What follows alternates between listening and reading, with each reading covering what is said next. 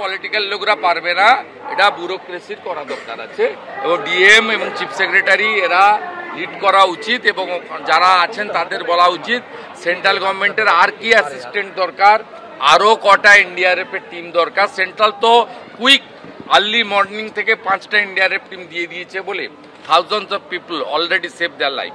মমতা বন্দ্যোপাধ্যায় কিসে অগ্রাধিকার দিচ্ছে? উৎসবে না মানুষ মরছে সেখানে মানুষ বিপর্যয় অগ্রাধিকার দিচ্ছে?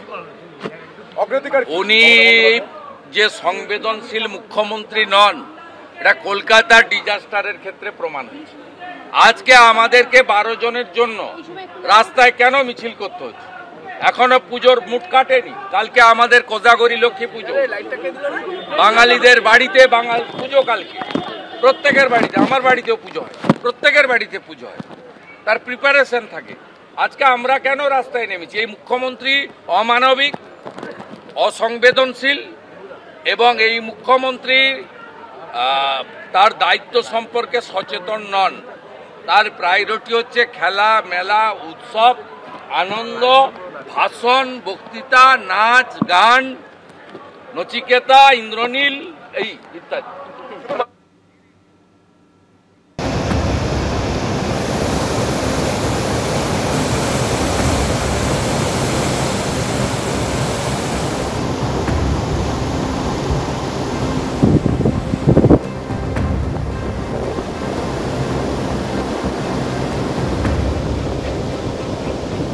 शाम को तो बहुत जबरदस्त बारिश हुआ, शाम को बहुत जबरदस्त, इतना हवा आ गया, इतना पानी। तभी हम लोग ऐसे बैठा था, रात को हो गया, रात को बहुत इतना प्रॉब्लम हो गया क्या बताए। पानी देख के हम लोग 1 बजे तक गाड़ी, एक मेरा भानिज गाड़ी लेके आया, वहाँ तक गाड़ी लेके आया, वो इधर आना नहीं सका, गाड़ी में फंस गया बीच में। गाड़ी में फंस गया, बोला गाड़ी घुमा के ले जाओ भाई, हम लोग इधर से आएंगे। প্রায় কোমর সমান জল, প্রাণ বাজি রেখে লাটাগুড়ি রিসর্টে আটকে পড়া 20 জন পর্যটকদের উদ্ধার করলেন স্থানীয়রা। সেই ভয়াবহ ছবিটা একবার দেখুন।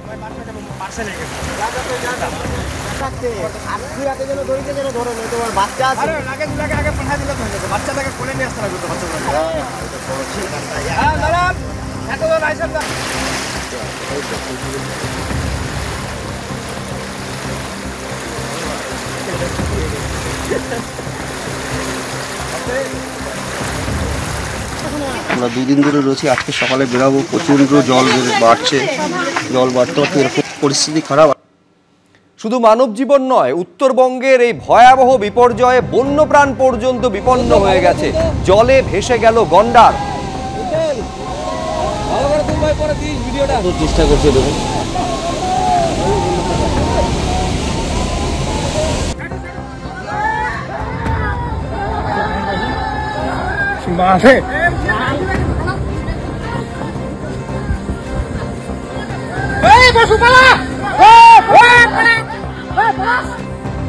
গন্ডার উপরে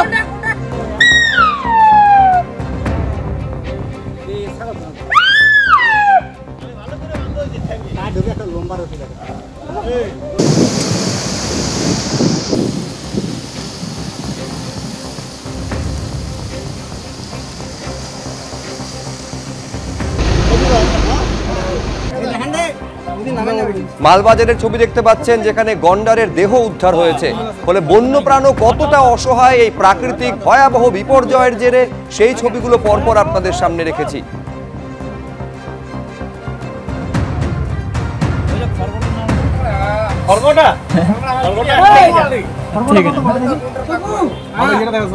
শুধুমাত্র বন্যপ্রাণ নয়, 10 জনের মৃত্যু হয়েছে এই ভয়াবহ বিপর্যয়ে। উত্তরবঙ্গের একাধিক জায়গায় ধস নেমেছে। জলমগ্ন শিলিগুড়ির পোড়াঝাড়, সেখানে হরপাবানে অন্তত 200টি বাড়ি ক্ষতিগ্রস্ত হয়েছে। এখনো পর্যন্ত 10টি দেহ উদ্ধার হয়েছে। ভারী বৃষ্টিতে জলমগ্ন জলপাইগুড়ির বানারহাট, জলবন্দি ধূপগুড়ির বেশ কয়েকটি এলাকার বাসিন্দারা।